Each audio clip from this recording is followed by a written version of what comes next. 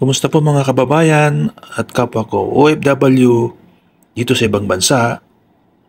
Welcome po sa aking YouTube channel, Arnold TV.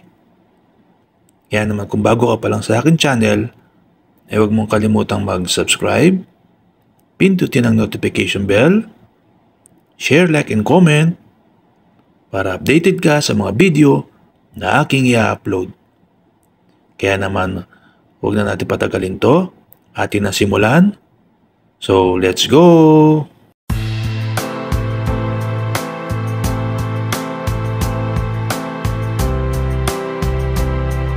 Ayon sa isang article na nabasa ko na isinulat noong 2021, ayon sa pag-aaral ng Bangko Sentral ng Pilipinas, isa sa 100 na Pinoy ay nabibiktima ng mga investment scam at umaabot ito ng nasa 20 billion pesos ang halaga.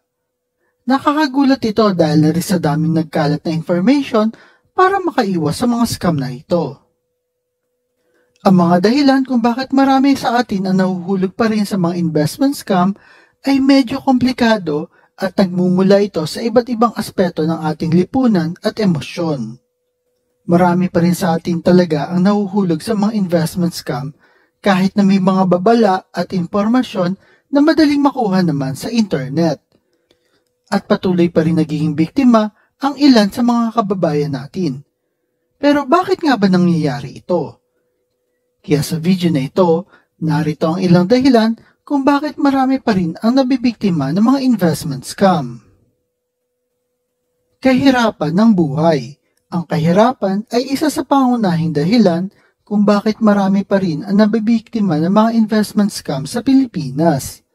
Sa harap ng kakulangan ng trabaho, o kagustuhan magkaroon ng dagdag na kita para magkaroon ng kakayahan na matustusan ng pangunahing pangangailangan, ang pangako ng mabilis na kita at mataas na returns sa pamamagitan ng pag-i-invest ay nagiging mapantukso kahit kadalasan naman talaga ay di naiintindihan nito. Madalas pa, ang mga tao na nangangailangan ng pera para sa pang-araw-araw na pangangailangan ay naghahanap ng mga oportunidad na makakatulong sa kanila na maiahon ang kanilang sarili mula sa kahirapan. Ito ay nagbubukas ng pinto para sa mga manloloko na nag-aalok ng mga investment scheme na itinatago talaga nila ang tunay nilang intensyon. Kakulangan ng financial literacy.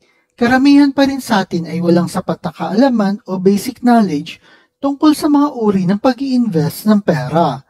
Kaya madaling mahulog sa mga panloloko ng mga investment scam. Ang pagkakaroon ng tamang kaalaman at impormasyon ay mahalaga upang maprotektahan ng sarili mula sa mga ganitong problema. Kapag ang mga tao ay di sapat ang kaalaman tungkol sa mga concept ng investing, asset allocation at risk management, sila ay nagiging target ng mga manloloko na nag-aalok ng mga peking investment opportunities. Ang financial literacy ay hindi lamang nagbibigay ng kakayahan sa mga tao na magpasya ng mabuti tungkol sa kanilang pera, kundi ito rin ay nagbibigay ng proteksyon laban sa mga investment scam na maaaring magdulot ng malubhang pinsala sa kanilang financial well-being. Pakikisama o peer pressure. May maiksing kwento akong gustong i-share sa inyo. May kaibigan ako dati at niyayaya niya akong mag-invest ng 50,000 pesos sa isang kilalang online gold investment platform. Ang banat pa niya, sumali ka lang at kapag di bumalik ang pera mo, ako ang magbabalik nito. Well, fortunately ay di niya ako na-convince and sadly, nabalitaan ko na lang na bumagsak na pala ang investment platform. Imagine mo na lang kung naniwala ako, then siguro kasamang nawala ang pera ko. Ito ay isang magandang example ng peer pressure. Ang peer pressure o pwede rin nating sabing pakikisama ay isa sa mga dahilan kung bakit marami ang nabibiktima ng mga investment scam. Madalas ang mga scammer ay gumagamit ng mga technique like pakikipagkaibigan o yung kakilala ng kanilang mga biktima upang hikayatin at sumali sa mga peking investment scheme. Pwede din itong matawag na herd mentality dahil may mga taong gusto lang makibahagi sa isang grupo o samahan. Madali silang mahikayat ang mga tao na mag-invest, lalo na kung ito ay may isang malapit na kaibigan na nagsasabing kumikita siya ng malaki dito. Isa pa ay ang FOMO o Fear of Missing Out. Ang takot na maiwanan o mawala ng pagkakataon ay nagpapalakas ng impluensya ng peer pressure. Ang pangangailangan ng mga tao na mapanatili ang kanilang koneksyon at reputasyon sa kanilang grupo ay maaaring maging hadlang sa kanilang kakayahan na magbigay ng tamang financial decision tungkol sa kanilang mga investment opportunities, at ito ay nagbubukas ng pinto sa mga scammer. Social media influence. Nagkalat ngayon yung mga social media influencers at mga advertisement na nagpapakilala lang naman ng mga investment opportunities at mga make money online strategies sa kanilang mga followers. Ang impluensya ng social media ay nagiging pangunahing dahilan kung bakit marami ang nabibiktima ng mga investment scam sa panahon ng internet. Mas madali kasi nilang naaabot yung mga kanilang potential victims sa pamamagitan ng mga online platforms tulad ng Facebook, TikTok at marami pang iba, kung saan ang kanilang mga peking investment scheme ay maaaring magbukang legit dahil na rin sa dami ng taong naniniwala sa kanila. Bukod pa dito, ang mga manloloko ay nagagawa nilang gamitin ang mga peking testimonial ng ibang tao, larawan ng mga bigating lifestyle, o yung mga post nila na marami ba silang pera kahit di naman pala talaga sa kanila. Ginagawa nila ito upang linlangin ang kanilang mga biktima at mapanatili ang kanilang operasyon sa ilalim ng mga online platforms na ito na nagbibigay ng access sa mga libo-libong tao na maaari maging biktima ng kanilang mga investment scam. Okay lang tumangkilik sa mga influencers at sa kanilang mga content, ngunit yung ibibigay mo yung perang pinaghirapan mo sa kanila para lang sa mga pangako, well, ibang usapan na yon. Kakulangan ng regulasyon at proteksyon.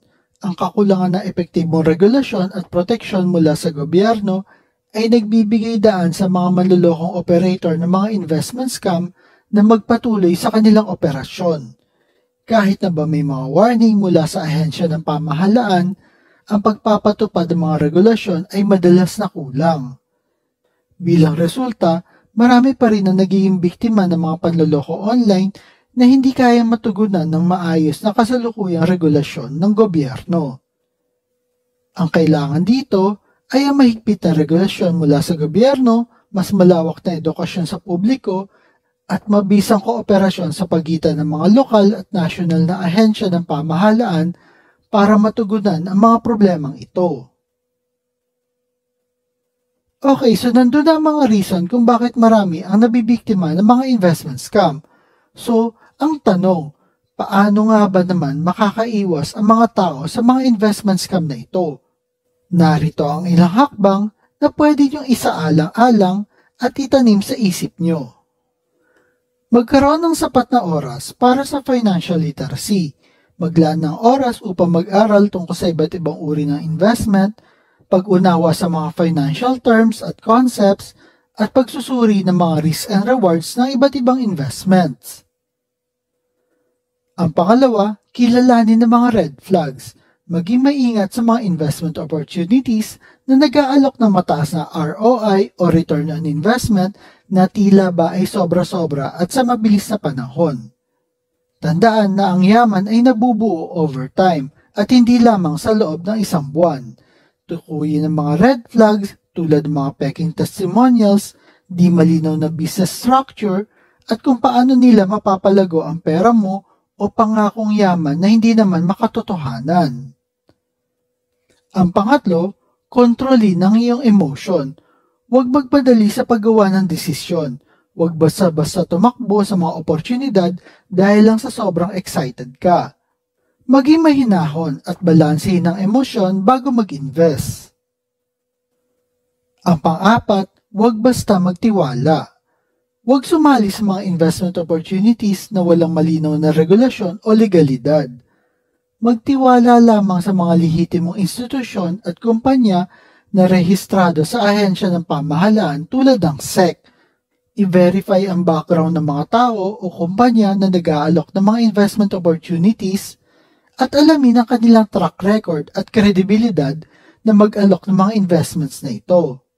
Siguraduhin na ang anumang kumpanya o individual na nag-aalok ng mga investment opportunities ay registered at nagko-comply sa lahat ng regulasyon sa inyong lugar. Tandaan na mahalaga ang may transparency sa kanilang operasyon. Ang panglima, kontrolin ang impormasyon sa social media. Huwag basta-basta magpadala sa impluwensya sa social media na nagbibigay ng peking impormasyon, investment advice o testimonials. Magkaroon ng critical thinking at suriin ang pinagmumula ng mga impormasyon na ito. Ang pang-anim, humingi ng payo mula sa mga financial advisor.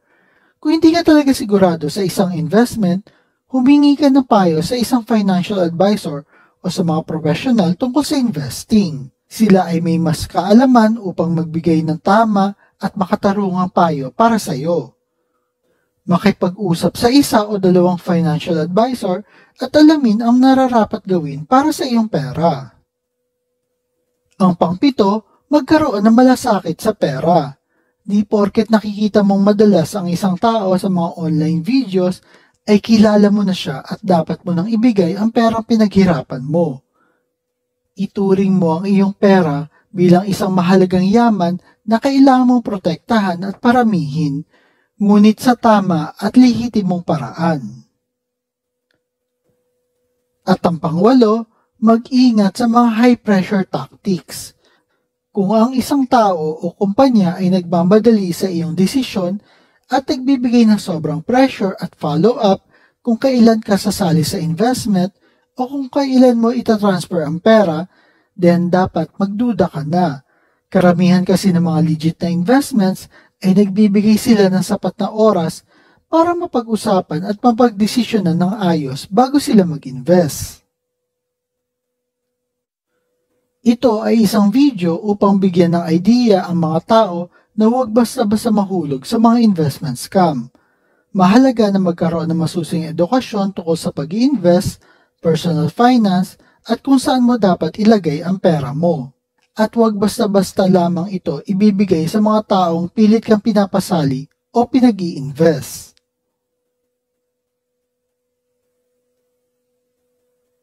And I hope na intindihan nyo ang ibig ko sabihin sa video na ito.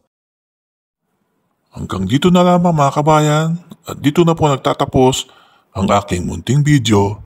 Sana ay may natutunan kayo at asahan ko na makita-kita tayo muli sa susunod ko pa mga videos. Paalam!